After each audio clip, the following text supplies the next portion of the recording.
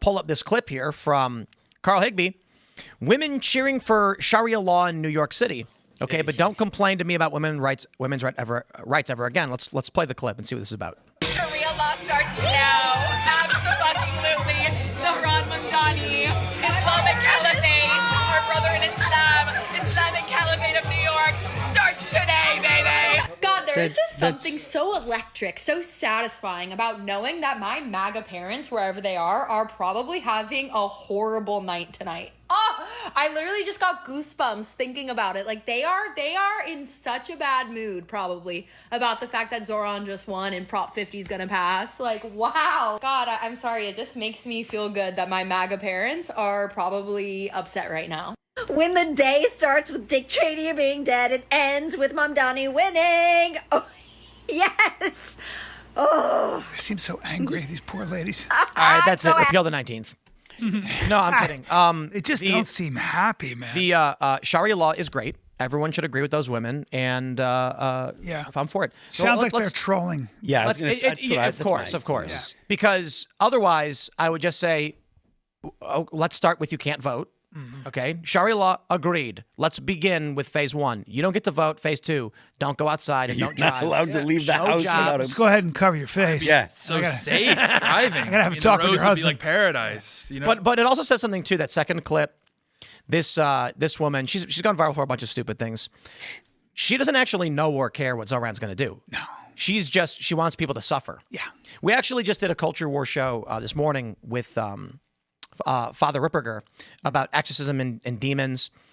And I was saying, I think we're seeing a lot of demonic possession. And I mean that literally, because in my travels, I've been asked questions, but they say, I go to Turkey and there's riots going on, and I'm in Brazil. People tell me, like, aren't you scared? And I'm like, to a certain degree, you don't want to catch a stray bullet or a tear gas canister, but people are predictable. People want things.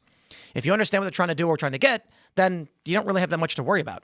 A guy in Turkey who's upset over what's going on in his country isn't all that bothered by me, an American tourist or whatever. Mm-hmm.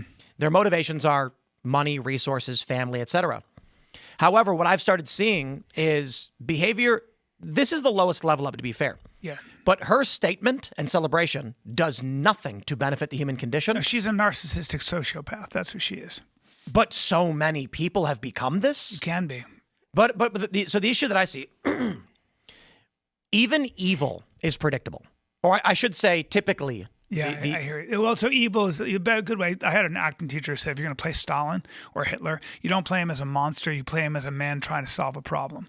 As the actor, that's what you would do, because in his mind, he's trying to solve a problem, right? The problem would be the Jews or this capitalism, blah, blah, blah. Yeah. So when I encounter people who are bad, their actions are motivated by human behavior. So if they beat someone, it's because they've wrath. If they steal from you, it's because of envy and greed. Mm-hmm. If they eat a box of ding-dongs and then wallow in their own filth, it's gluttony and sloth. But now we're seeing intentional self-destruction. She is saying in this video, in New York, where I'm assuming she lives, maybe she doesn't, but we're all going to suffer and destroy our lives, and I'm happy it's happening. That's not satisfying. I'm happy it's happening because it makes someone else upset. Yeah, this is the demonic. That's the sadistic part of it. Yeah, but you can see. I'm getting older. These patterns. I can see how unhappy. Like, how's it working out for you, hon? Who loves you? Yeah. Well, this is who do you love. What happens when Mamdani's commie Mamdani fails? Is they're going to say we didn't communism hard enough. Yeah, well, of course. It wasn't done the proper way. What they don't understand is that it has nothing to do with the person. When you set up a system where you have the great equalizer, which is this government, there's only one way to equalize everything, and it's through force. Now, go ahead. No. Go. And I'm going to say that when you create that will draw in the sociopaths that want nothing but power, and they will get rid of the people that have all these wishy-washy ideas. I figured it out. Go ahead. I'm going to move to a blue city full of commies, run on a commie platform. I'm going to tell people like her, we are going to take from the rich and give to the poor. We will not tolerate this. And then as soon as I'm elected, I'm going to go through the voter rolls I would love nothing more than to go to her personally and just walk into her house and take all her stuff from her. And when she's like, why are you taking my stuff? Because you're rich. And there's a homeless guy outside who needs it. Yeah. And then, I think it'll be hilarious. Yeah, it's because called you theft. Sure, No, but they vote for it. She believes in that, yeah. If they say the rich people should be taxed, I say, ma'am, you're rich. And that homeless guy, he gets your stuff now. Yeah. And then the best part is you get rid of the commies and you, get to personal enjoyment. Well, weren't most of the people that voted for Mamdani, weren't they that demographic? No. Is that a lie? So something like 86% of 18 to 29-year-old women voted for Mamdani. Right. But that made up 6% of the voting demographic. Really? And also 25% of New York's white. So 75% of the city is white. It was microscopic. Yeah. Interesting. But I think in this instance, what we're seeing here and what we're seeing with that demographic, that, to be fair, made up a lot of the activist base that, propelled Mamdani, is these people are deracinated, which as in they've been uprooted from their cultural environment they grew up in, and they're just completely free in the wind. And those types of people look for other people that are deracinated, people that don't really have anything to latch onto. So then when something exciting comes along, like Zohran, they can latch onto that. They finally have some identity because there's such a crisis inside of you. I don't have an identity. I'm removed from anything I grew up with. You grab onto something like that with all you got, because that's the first time she's probably felt something inside for a long time. How far away do you think we are from Democrats actively campaigning on killing Republicans? Well, you've already got somebody who won. Jay Jones apologized. Right. So we know he wants to, but I mean, when are we going to see a politician? So I think it'll come in waves, but my question is, how long until we see a Democrat say someone, or how about they say, elect me and I will rid you of these meddlesome Republicans? Okay, they won't say kill explicitly.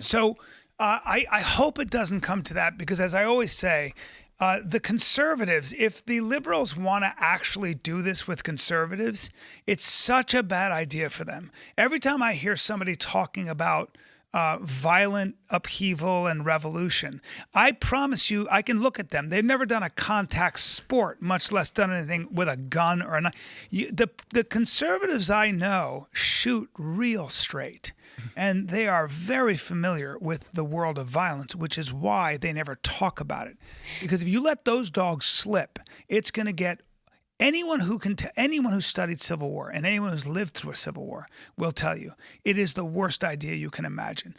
Nobody's going to win. It's the people that are willing to do things other people aren't willing to do, who are very good at organizing and violence, that will take over everything and take everything from you. You'll be a slave. Agreed.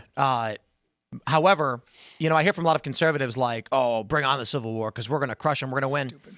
But what they don't understand is the left may be scrawny, retarded, weak individuals who've never fired a gun in their lives, but they can figure out how to make explosives. And when you're expecting Antifa to march through your streets all tough, like it's time for civil war, that won't happen. Someone will put a bomb under your car and your daughter will get in to go to school and it'll blow up. And you'll go like, oh my God, why is this happening? Yep. Because people who can't fight head on, that's right. Conservatives, warriors that fight head on, right? That's the idea. It's like they have gun training. Antifa has figured out asymmetric warfare already. It's been happening for years. They've killed people. You can look at what was going on in Syria or in any other war-torn place, and that will give you an idea of what it'll look like should something like that happen here. And I've said this a bunch of times.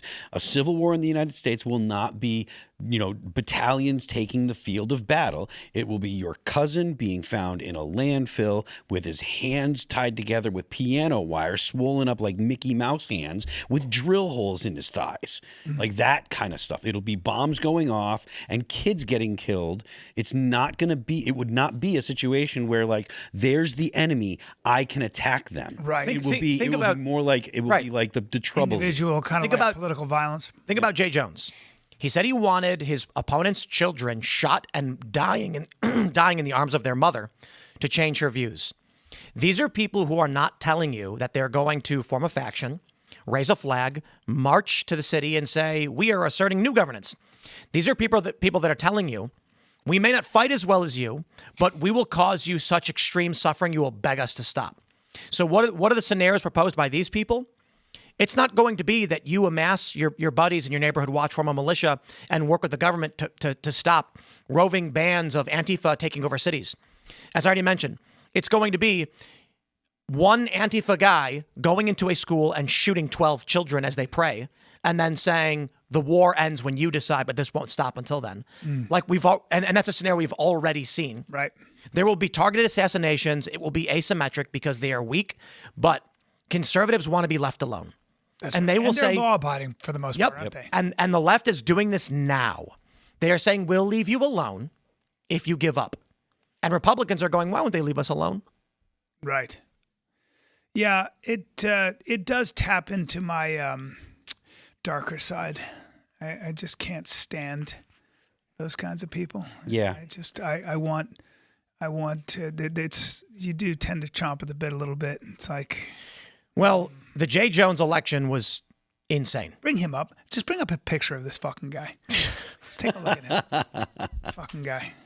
The idea that he said these I feel things, like I could push him really hard and his neck would snap off. Like I'm pretty confident you could. Look at him. Look at you. Well, guess Look what? at that sweet smile. Like a funhouse He Tiger controls Woods. the entire law enforcement apparatus in Virginia now. Attorney General. Attorney General. I've said this a bunch of times. You can guarantee as a conservative in the state of Virginia, when he's actually sworn in, you will not be able to get a fair trial. You will not be treated equally under the justice system there. Thanks for checking out this clip from Timcast IRL. Make sure to watch the show live Monday through Friday at 8 p.m. Subscribe to this channel, and we will see you all there.